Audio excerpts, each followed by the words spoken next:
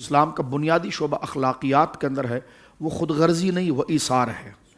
اور خود غرضی جو ہے وہ سب سے وہ اخلاق رذیلہ ہے. خود غرضی یہ کہ بس مجھے مل جائے، میں بچ جاؤں، باقی دوسرے کے گھر میں کچھ ہو یا نہ ہو.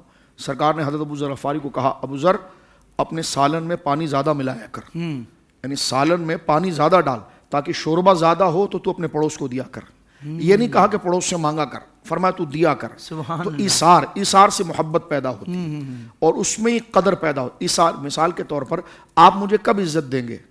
جب میں آپ کو عزت دوں گا، میں جب پہل کروں گا. اور قرآن کریم نے جو ذکر فرمایا کہ ناموں کو نہ بدلو، برے القاب نہ بولو، ان کا تمسخر نہ بڑھاؤ. بلکہ اللہ نے آگے جا کر فرمایا جو تم ایک دوسرے کا تمسخر مذاق بنا رہے ہو کہ جناب وہ تو کو پاؤں سے ٹیڑھا چل رہا ہے، وہ ہاتھ اس کا ٹیڑھا ہے، اس کا کپڑے کیسے ہیں اور وہ کیسا ہے، اور اس کو برے القاب سے یاد کر رہے ہو.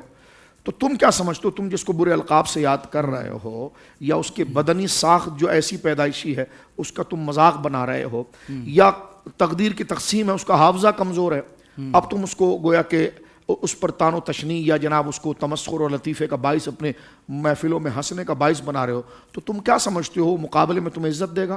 بلکہ وہ موقع میں رہے گا، تم اس کے اندر اشتعال پیدا کر رہے ہو، وہ موقع میں رہے گا. جہاں اس کو اختیار مل گیا نا تو وہ اپنا بدلہ ضرور لے گا. تو اسلام جو ہے، اسلام وہ پیارا مذہب ہے. ایک بندہ مصیبت میں پڑ جائے جب احکام نہیں بتاتا، اس کے جو دواعی ہیں، جو اس طرف لے جانے والے ہیں، اس کی طرف بتاتا ہے کہ یہ کرو گے تو وہاں پہنچ جاؤ گے، لہٰذا پہلے ہی تم رک جاؤ. تو یہاں پر رسپیکٹ کے لیے کیا فرمایا قرآن مجید نے؟ دیکھیے ارشاد فرمایا کہ تم ان کو ایک دوسرے کو برے القاب کے ساتھ یاد نہ کرو اور تمسخر نہ کرو، مذاق نہ بناؤ. اور پھر آگے نہیں سمجھ رہا بندہ تو فرمایا تم کیا سمجھتے ہو؟ تمہیں کیا پتا کہ کون بندہ اور کون عورت اللہ کے نزدیک محبوب ہے؟ یعنی جھٹک دیا انسان کو کہ تو سمجھ رہا ہے کہ تو اگر کوئی شرافت کے اعلیٰ معیار پر ہے اور دوسرے کو تو حقیر سمجھ رہا ہے تو تیرے پاس سند ہے کہ تو اللہ کا محبوب ہو گیا.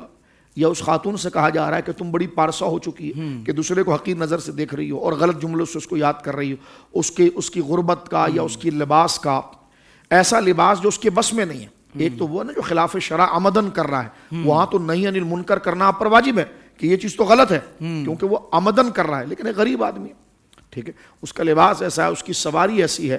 تو یہ جب کہا گیا تو اب آپ دیکھیے سرکار علیہ الصلوۃ والسلام نے یہ جو ارشاد فرمایا، قرآن مجید اس بات کو جو ذکر کر رہا ہے کہ پھر عوض میں تم عزت کی کیا توقیر رکھتے ہو. اور فرما دیا گیا کہ تم جو امید رکھ رہے ہو نا تو تمہارے پاس کیا سند ہے کہ تم اللہ کے ولی بن گئے ہو.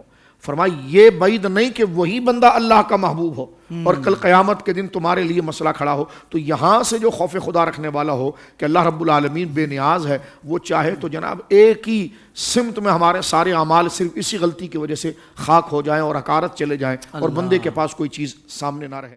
سوشل میڈیا پر اسلام کی صحیح تعلیمات جاننے کے لیے ابھی حافظ سائر قادری کا نیا YouTube channel Islamic digital studio subscribe کر لیں، اور ہاں نوٹیفیکیشن بیل آئیکن کو بھی پریس کر لیں تاکہ ہماری نئی ویڈیوز آپ تک بر وقت پہنچ سکے.